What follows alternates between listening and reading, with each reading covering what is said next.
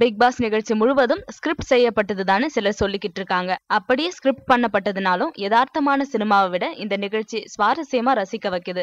அதற்கு முழு முதற் காரணம் ஓவியா மட்டும்தான். நிகழ்ச்சியோட ஆரம்பத்திலிருந்தே அவ்வளவு யதார்த்தமா நடந்துக்கிற ஓவியா நாளுக்கு நாள் அவங்களுக்கான ரசிகர்களை அதிகரிச்சுட்டு தான் வராங்க.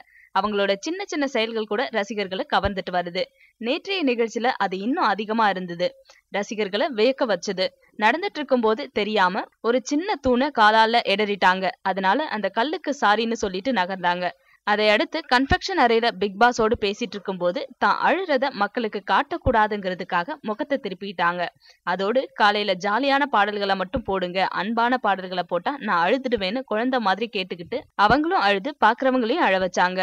பிறகு தன்னை பத்தி தவறா பேசிட்டு இருக்கும் ஜூலிய பேச அழைச்சு ஆச்சரியப்படுத்தினாங்க. வா ஜூலி, அதை பத்தி கேட்க மாட்டேன், சும்மா பேசிட்டு இருப்போன்னு கள்ளம் கபடம் இல்லாம அழைச்சாங்க. இப்படி தன்னோட நிஜமான செயல்களால தொடர்ந்து விளக்க வச்சிட்டு இருக்காங்க ஓவியா. நிகழ்ச்சியில கமல்ஹாசனுக்கு கிடைக்கிற சில கோடிகள் பெயரை விட ஓவியாவுக்கு கிடைச்சிட்டு வரும் பெயரும் புகழும் கமல்ஹாசனையும் மிஞ்சிடும் போல இருக்கு. Thanks for watching. Please like and share.